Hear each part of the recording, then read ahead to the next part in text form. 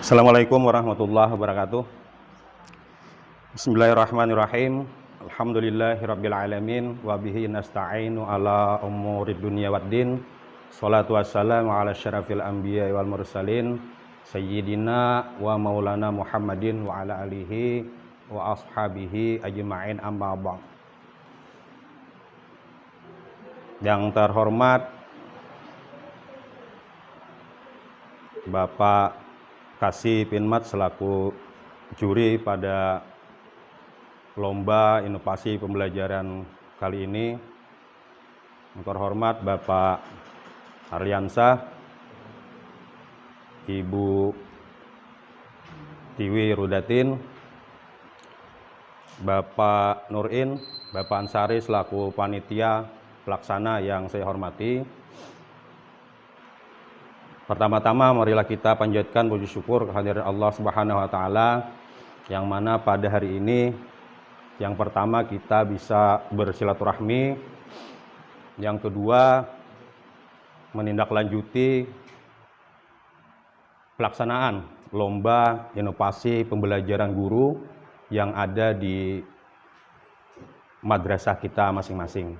Selanjutnya salawat dan salam mudah-mudahan selalu dapat kita curahkan kepada junjungan kita Nabi besar Muhammad sallallahu alaihi wasallam beserta keluarga, kerabat, sahabat serta pengikut beliau ila yaumil qiyamah. Bapak Ibu Dewan Juri yang kami hormati, inobel yang kami sampaikan pada kesempatan ini adalah inovasi pembelajaran terkait dengan kondisi pandemi COVID-19.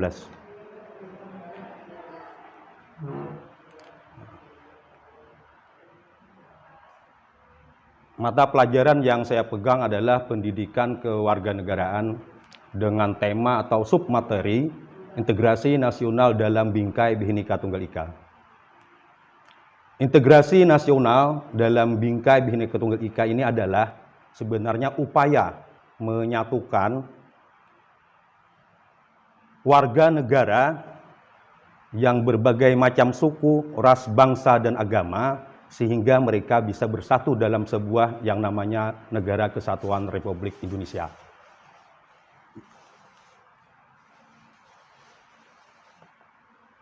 Latar belakang. Adapun yang melatar belakangi pelaksanaan inovasi pembelajaran ini lewat pembelajaran jarak jauh atau sering disingkat dengan PJJ.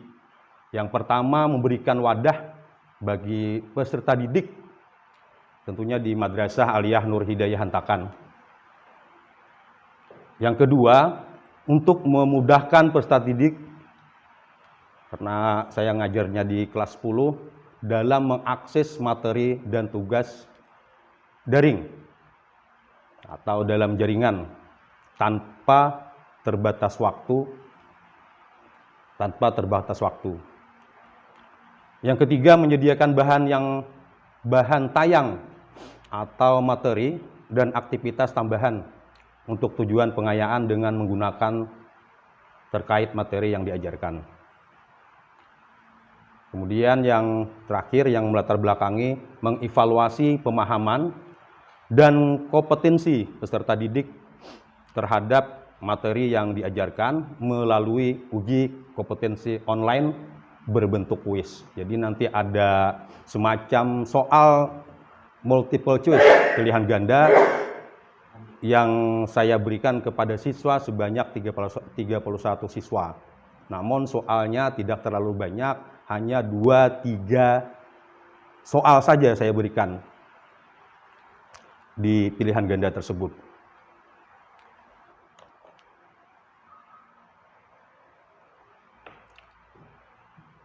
Nah, kemudian metode yang digunakan. Metode atau strategi yang digunakan itu yang pertama pengembangan materi bahan ajar. Yang kedua penugasan. Seperti apa pengembangan materinya? Saya membagikan bahan ajar itu melalui bacaan atau teks dan juga video serta kuis. Serta kuis melalui aplikasi pembelajaran. Kemudian peserta didik membaca bahan tayang serta menonton video tersebut yang sudah saya berikan. Setelah itu dipersilahkan kepada peserta didik untuk mengerjakan tugas atau kuis yang diberikan.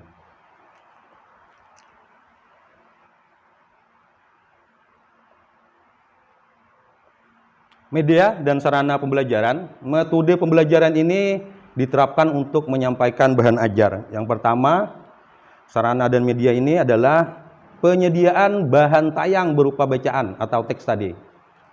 Jadi ada bahan tayang, ada bacaan yang kita bisa fotokan terkait materi integrasi nasional dalam bingkai Bhinneka Tunggal Ika. Kemudian juga kita kirimkan kepada siswa sebanyak 31 siswa video yang terkait dengan materi. Kemudian juga yang ketiga, tidak kalah pentingnya adalah forum diskusi. Jadi siswa dipersilahkan untuk melakukan diskusi minimal satu siswa bisa dalam bentuk pertanyaan, bisa dalam bentuk saran maupun kritikan dan sebagainya. Dan itu akan saya nilai setiap siswa untuk masuk di forum diskusi.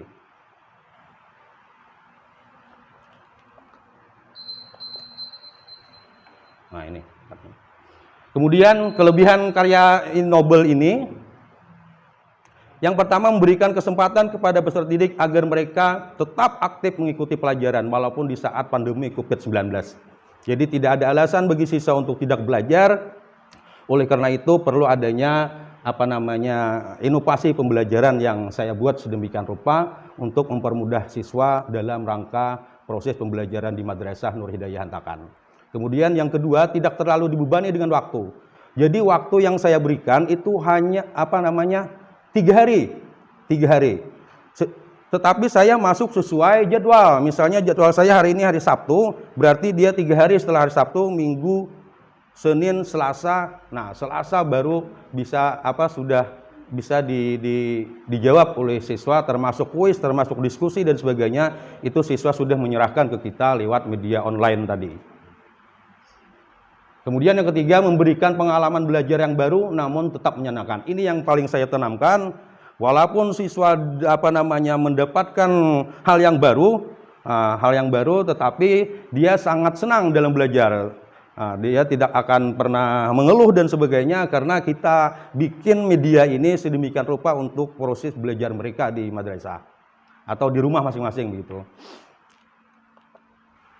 Nah, ini yang kemudian kekurangannya. Kekurangannya akses internet yang sulit atau kurang memadai. Makanya ini kita mainnya juga lewat WhatsApp.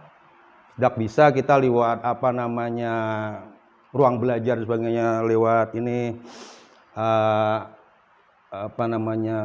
VCom, video konferensi tidak bisa karena memang kendala sinyal. Di Kecamatan Hantakan ini kecamatan yang paling ujung perbatasan antara warga Islam dan warga Dayak dan bahkan Hindu Buddha di sana ada. Nah, ini yang terakhir. Nah, Kesimpulan 1, inovasi belajar ini bertujuan untuk memberikan kesempatan kepada siswa agar mereka tidak terlalu dibebani dengan waktu serta memberikan pengalaman baru yang menyenangkan. Jadi karena baru pertama mereka menjalani yang namanya daring, bukan tatap muka gitu kan, sehingga siswa juga diberikan pengetahuan baru tetapi tetap dalam suasana menyenangkan. Kemudian yang kedua, pelaksanaan pembelajaran jarak jauh ini dengan sistem daring. Peserta didik juga mendapatkan tugas untuk mengerjakan kuis secara mandiri terkait materi yang digunakan. Nah, jadi hanya 2-3 soal lah. Nanti tergantung kompetensi indikator yang kita akan sampaikan, materi yang akan kita sampaikan. Kemudian yang ketiga, alokasi waktu yang diberikan membaca teks dan menonton video serta mengerjakan kuis. Berdiskusi diberi waktu 3 hari dengan jumlah kuis. Nah, jadi 3 hari lamanya. Jadi waktu siswa itu memang artinya bisa dia mengerjakan pada malam hari, ya kan? Tetapi jadwal masuk kita itu sesuai jadwal di sekolah, sesuai jadwal pandemi COVID-19. Tetapi waktu untuk menyelesaikan tugas yang saya berikan itu, saya berikan waktu dia 3 hari.